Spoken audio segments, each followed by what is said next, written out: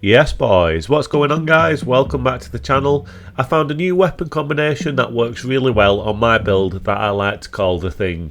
I'm using the Putrescent Cleaver in my right hand weapon slot, and then I'm using the Moog Sacred Spear in my left hand weapon slot for some nice roll catch potential. I'm using the Misery Cord in my second weapon slot there, and that's got Endure on it, which helps me land some of my incantations. They're the talismans, that's my flask, and I've got the character stats there on the right, with a high vigour, high arcane, high strength build. I've got Catch Flame on the build, and then I've got a few of the Dragon Communion incantations, including the new one, Bale's Lightning Strike. Anyway, that's a little update on the build guys, let's get into the video and have a look at some of these invasions.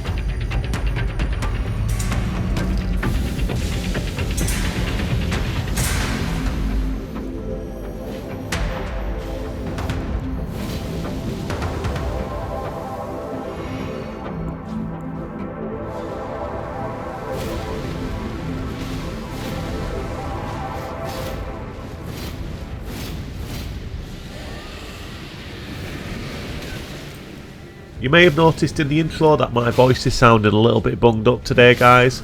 I can only apologise, my hay fever's been playing me up like something rotten today. My nose has been really sniffly and yeah, just not very nice, so my voice isn't sounding too great. So I'll try and not talk too much in this one, but I just want to say a little bit about the build and these new weapons. I was using previously to this 2 of the Blood Fiend arms, and they was working really well on the build. There was blood infused, and obviously we've got high arcane, so the blood infusion just worked really well. But going off the stats that we've got high vigour, and then we've got high arcane and high strength. I knew that there was some room to try out some of the other weapons, especially maybe 1 or 2 of the new ones in the DLC, particularly the Putrescent Cleaver, this one that I'm using in my right hand weapon slot now. It scales really well off the stats that we've got, it's getting some good damage. And then I also knew that the Moog Sacred Spear as well in the left hand weapon slot that I'm using also had really good scaling. I actually had that on the build from a while back when I used to use it on this build, and I always kept it in my weapon pouch, and I could see that it was always getting really good scaling off this high arcane and high strength. So I knew that these 2 weapons together had some potential to do some real good damage between them.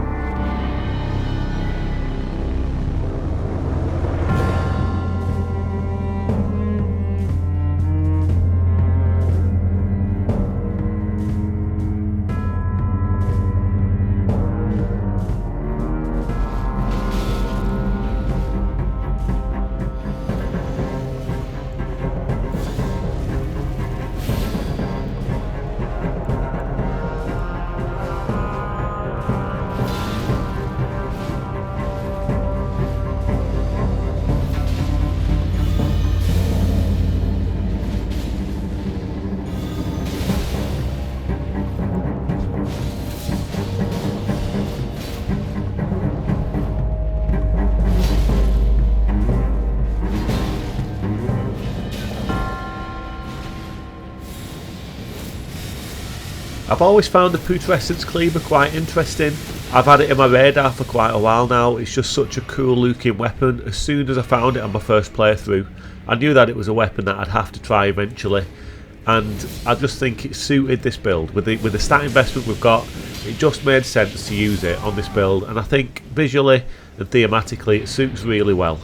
It's kind of like a monster build, it's like a monster horror inspired build, and I think this weapon with the skulls on it, it's got a real alien look to it, and I think it just fits it absolutely spot on, just what I was after from a thematical point of view. One of the other reasons that I was quite looking forward to trying this weapon is because it's a great axe, and I've said this quite a few times before, but I think great axes and great hammers are potentially my favourite weapon classes in the whole of Elden Ring. I absolutely love using these weapons, so I was really eager to give this one a go. It's got its drawbacks. Seems like it's quite short range. You've got to get in there, you know, up close and personal to use it. But I like using the running R2s. I think it's got a real nice big sweep on the running R2 that you can cover a lot of area with. I think it's R1s. Like I say, you do have to get up close and personal, but I think the R2s, especially the running R2s, cover a lot more ground and give you potential for a lot more contact with the actual swings.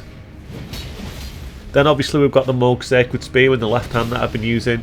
I've used Greater Spears in my offhand on a few builds before and they always work really well. So I knew that this was going to work on this one as well, you know. It was never a question that this might not work. I knew that having the big spear in the offhand would work well with this Great Axe. So it was just a case of getting it on the build and giving it a go really. Just taking a quick look at this invasion in the background, I actually thought this summoner was dead and I just ran away from him. That was such a big mistake in this invasion. If I'd have stayed on him there and made sure I killed him, this one might have turned out quite different to how it does, but I was certain he was dead and that was such a big mistake. I let him live and now I've got no heals left in this invasion, and yeah, I'm in a bit of trouble. But let's get back to these weapons. The Moog's Great Spear in our offhand, it has the added bonus of doing bleed build up, but obviously I've took the Blood Fiend blood infused arms off this build, so it's no longer really a bleed build in this kind of version of it. I'm just using that particular spear in my offhand because it's good, you know, it's got good long range and it scales really well from stats, and I get some good damage returns from it. So, you know, I'm just getting good damage. I'm not using it for the bleed aspect of it, although it does have the added bonus, and as well it's got quite a good Ash of War that I do try and use sometimes. Not often to great success, but you know, it's another little thing that I can use on this build. The Putrescent Cleaver has also got quite an interesting Ash of War. Now I've seen people using this to quite successful results, and I've just not been finding that the Ash of War on this weapon is very good.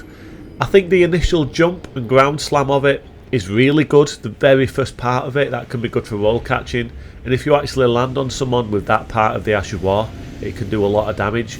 But I think when you start doing the follow-up spins, the follow-ups curly whirly spins after you do that initial ground slam, I think that part of the Ash of War is pretty terrible. People seem to just be able to run away from it, avoid it altogether, and I've just not had much success using that part of the Ash of War. I think it's only quite usable if someone's trapped in a corner and they've got nowhere to run, if they're you know, trapped against a wall or something like that. But in general, I've not had much use out of it, unless, like in this invasion, when I just kill that summoner, it's just the first part which is quite good at catching people off guard and doing some big damage. But overall, a really good couple of weapons to use together on this build. Not really one that you might have necessarily put together, but definitely one that does work.